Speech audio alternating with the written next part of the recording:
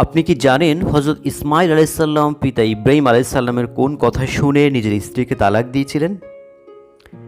হজরত ইব্রাহিম আলাইসাল্লাম বলেছেন সে যেন তার ঘরের দরজার চৌকাঠ পরিবর্তন করেন। ইসমাইল আলাইসাল্লাম বুঝলেন এটাই ছিল স্ত্রীকে পরিবর্তনের ওসিয়ত। এরপর তিনি নিজের স্ত্রীকে তালাক দেন। হজরত ইব্রাহিম আলাইসাল্লামের জীবনীর মধ্যে আমরা হজরত ইসমাইল আলাইসাল্লামের জন্ম, পবিত্র মক্কাতে ইসমাইল আলাইসাল্লাম এবং বিবি হাজরা আলাইসাল্লামকে রেখে আসা, জমজম কূপের পানি পান করা, হজরত ইব্রাহিম আলাইসাল্লামের কোরবানি এবং তার পিতার সাথে পবিত্র কাবা গৃহ নির্মাণের বর্ণনা আমরা করেছি। এই পর্বে আমরা আলোচনা করব হজরত ইসমাইল আলাইসাল্লামের খতনা, বিয়ে, হজরত ইব্রাহিম আলাইসাল্লামের ওসিয়তে তার স্ত্রীকে তালাক এবং নতুন বিয়ে করা, এবং পরবর্তী সময়কালে হজরত ইসমাইল আলাইসাল্লামের ইন্তেকালের বিষয়ে। হজরত ইসমাইল আলাইসাল্লামের বয়স যখন 13 বছর, তখন তাকে খতনা করানোর জন্য আল্লাহ পাকের পক্ষ হতে নির্দেশ হলো। হজরত ইব্রাহিম আলাইসাল্লাম প্রথমে নিজের খতনা করালেন, পরে পুত্র ইসমাইলের খতনা করালেন।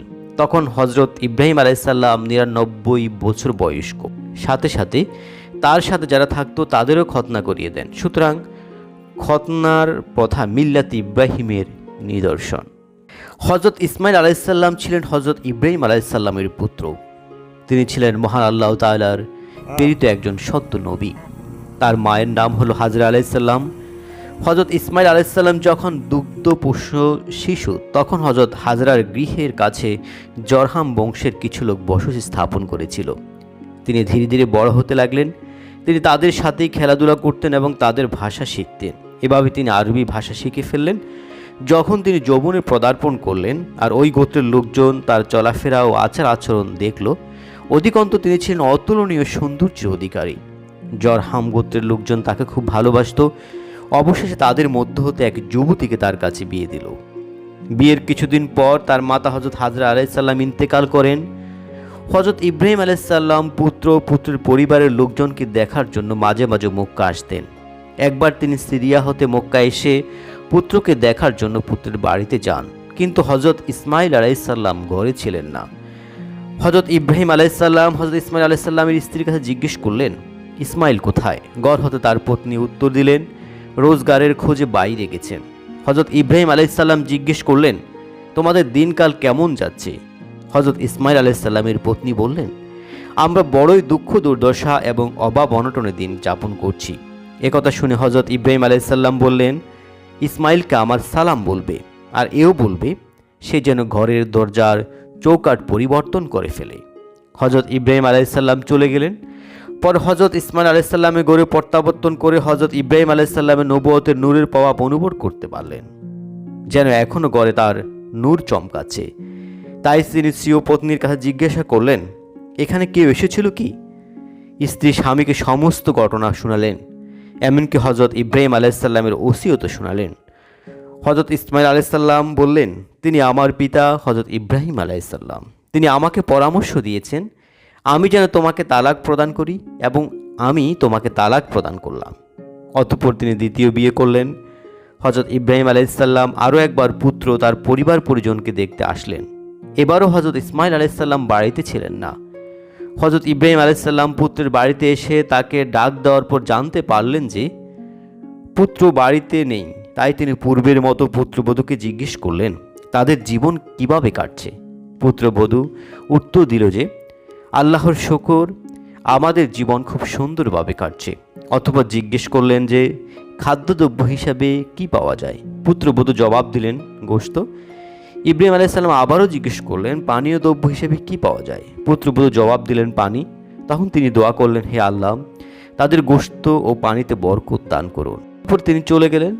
যাওয়ার সময় বললেন, ইসমাইল ঘরে আসলে তাকে বলবে সে যেন স্ত্রীয় ঘরের দরজার চৌকাঠের খুব যত্ন করে।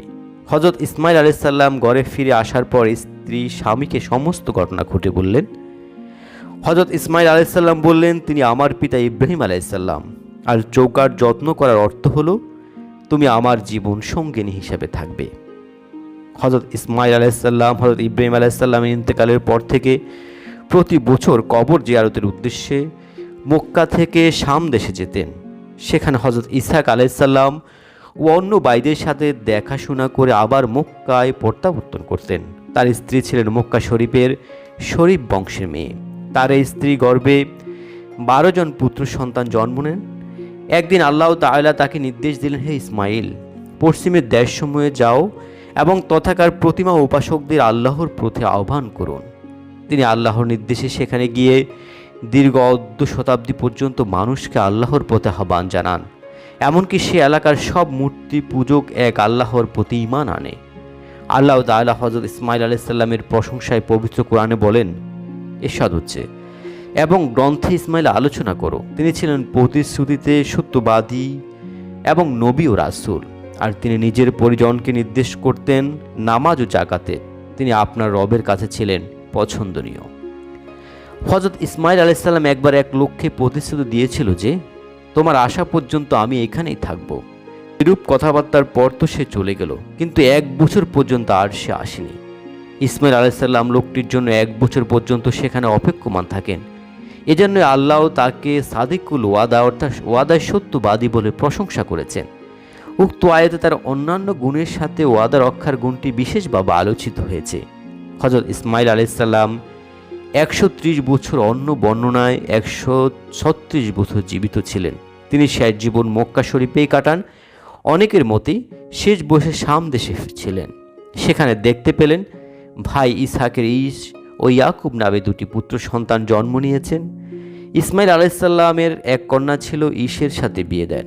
তিনি হযরত ইসহাক আলাইহিস সালামকে কিছু উপদেশ প্রদান করে মক্কা শরীফে প্রত্যাবর্তন করেন। মক্কা শরীফে ফেরার 1 বছর পরে তিনি ইহুদাম ত্যাগ করেন। হযরত হাজরা আলাইহিস সালামের পাশেই তাকে সমাহিত করা হয়।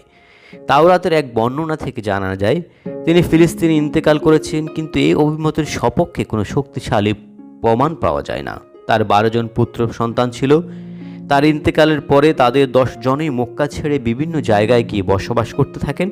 শুধু সাবেত ও কাদির মক্কা শরীফে অবস্থান করেন। আরব ও হেজাজের অধিকাংশ মানুষ এ দুজনের বংশধর। মহান আল্লাহ তাআলা আমাদের সঠিক পথের অনুসারী হিসাবে কবুল করুক। আমিন।